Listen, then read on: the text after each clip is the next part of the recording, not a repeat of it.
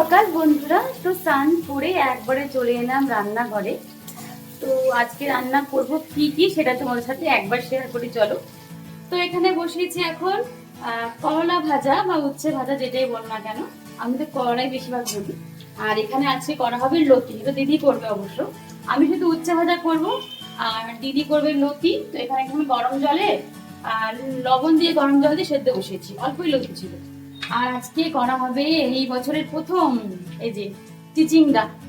তো চিচিঙ্গা করা হবে নারকোল দিয়ে, এই বছরের প্রথম এলো আর কি বাড়িতে। তো তার জন্য আজকে নতুন রান্নার মধ্যে ওই একটা রান্নাই নতুন। আর বাকি রান্না তো মোটামুটি সবাই জানোই কিভাবে রান্না করি না করি। তো নারকোল দিয়ে করা হবে চিচিঙ্গাটা। তো সেই রান্নাটা তোমাদের সাথে শেয়ার করবো। তো চলো আগে এখানে মোটামুটি একটু কাজটা আগিয়ে নিই, তারপরে একবারে পরে তোমার সাথে কথা বলছি। আর আজ হচ্ছে বুধবার, তো বুধবারের ব্লগটা তোমাদেরকে সঙ্গে নিয়ে এখন বাজে 9:30। তো এখন থেকেই ব্লগটা শুরু করছি। আশা করছি প্রথম থেকে শেষ পর্যন্ত তোমরা সঙ্গে থাকবে। আর নতুন পুরনো সকল বন্ধুকে অনেক অনেক ভালোবাসার সঙ্গে আজকে ব্লগটা চালু করছি।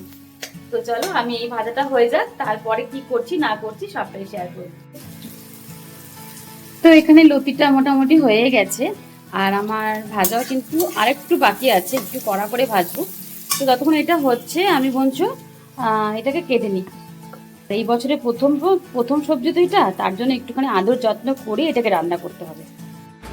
তো এখানে সমস্ত সবজিগুলো আমি ভালো করে ধুয়ে নিয়েছি, এখন কাটা বাকি আছে। তো রান্না করা আর কাটবো না, ভাবছি ফ্যানের তলায় বসিয়ে কাটবো। তো তার জন্য এক জায়গাতে সব কিছু নিয়ে নিয়েছি।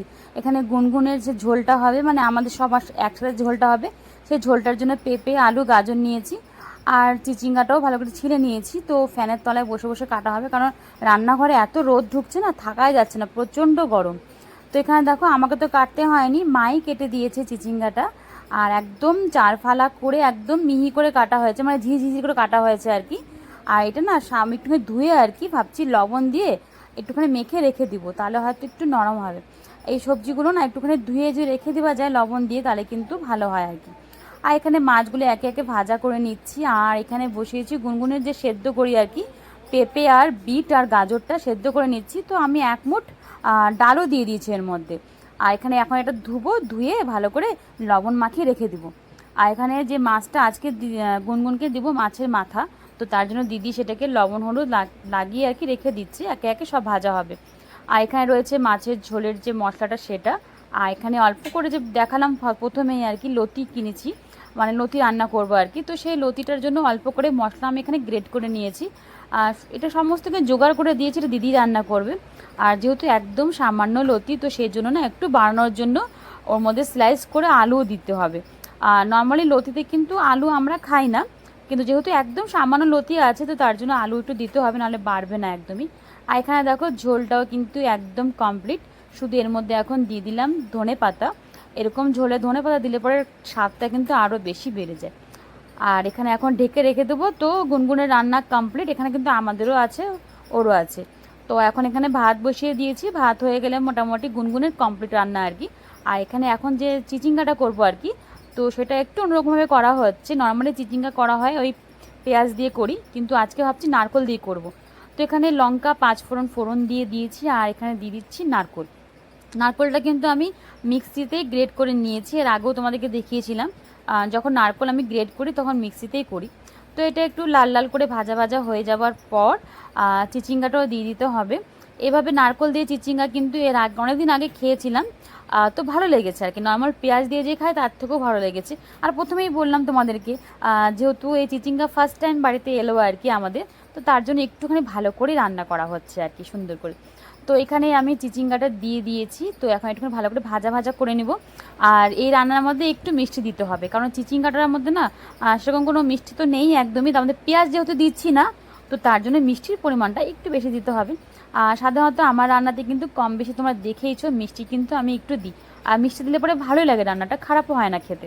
তো এখানে দিয়ে দিলাম লবণ, এখন দিয়ে দিচ্ছি সামান্য হলুদ, আর এখন দেব চিনি।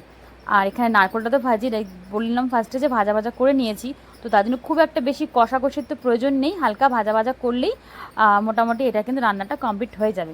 আর যেহেতু আগের থেকেই একটুখানি লবণ মাখিয়ে রেখে দিয়েছিলাম, অবশ্য সেই জলটা ফেলে দিয়েছি, তো তার জন্য লবণটা সামান্যই দিয়েছি। আর এই দেখো আমার কিন্তু চিচিঙ্গা ভাজা একদম কমপ্লিট। তো এইভাবে যারা এখনও চিচিঙ্গা খাওনি তারা কিন্তু খেয়ে দেখতে পারো, নারকোল দিয়ে কিন্তু চিচিঙ্গা খেতে খুব ভালো হয়। আর সামান্য লবণ কম হয়েছিল, তো তার জন্য একটু 1 চিমটি মতো লবণ দিয়েছি। তো এখানে দেখো ওভারঅল সমস্ত রান্না তোমাদেরকে একবার দেখিয়ে দিই। গুনগুনের খাওয়া হয়ে গেছে। তো এখানে ভাত, মাছের ঝোল, আর এটা করলা ভাজা, আর এই যে লতি অল্প হয়েছে একদম। আর লতি আর চিচিঙ্গাটা করলাম কি এরকম ডবল যে টিফিন বক্সগুলো থাকে যে, সেই টিফিন বক্সের মধ্যে রেখে দিয়েছি। এভাবে করলে হবে কি ফ্রিজের মধ্যে রাখতেও সুবিধা হবে আর জায়গাও কম খাবে। আর যেহেতু একদম সামান্য হয়েছে, তো তার জন্য বড় বাটিতে রাখার তো কোনো প্রয়োজন পড়ে না, সেই জন্যই কিন্তু এইভাবে রেখে দিই। এখানে দেখো 3 জনের খাবার আমরা বেড়ে নিচ্ছি। আর গুনগুনের তো খাওয়া হয়ে গেছে, ফার্স্টেই বললাম, ও এখন ঘুমিয়েও পড়েছে। আর আজকে একটা পার্সেল আসার কথা, ফোন করেছিল একটু আগে। তো দেখা যাক যদি আসে তো সেটা তোমাদেরকে দেখাবো। অবশ্য পার্সেলটা কি আছে সেটা আজকে ভিডিওতে দেখাবো না, জাস্ট পার্সেলটা যে এলো কি না সেটাই তোমাদের সাথে একটুখানি ইনফর্ম করে রাখবো যে এলো কি না। আর এখানে দেখো কলা ভাজাটা দেখে মনে হচ্ছে না একটু ওভার ভাজা হয়ে গেছে, কিন্তু না, কলা ভাজাটা কিন্তু ঠিকই ছিল। ভিডিওটার মধ্যে এরকম কালো কালো আসছে, বাট যখন নর্মাল ভাজা হয় সেরকমই কিন্তু ভাজা হয়েছে, পুড়ে কিন্তু যায়নি এটা। কারণ ভাজাটা তোমাদেরকে আমি ফার্স্টে দেখিয়েছি কীরকম ভাজা হবার, সেরকমই ভাজা হয়েছে। তো এখানে আমাদের 3 জনের খাবার বেড়ে নিচ্ছি একে একে। তো ওভারঅল এটাই ছিল আজকের আমাদের লাঞ্চ মেনু।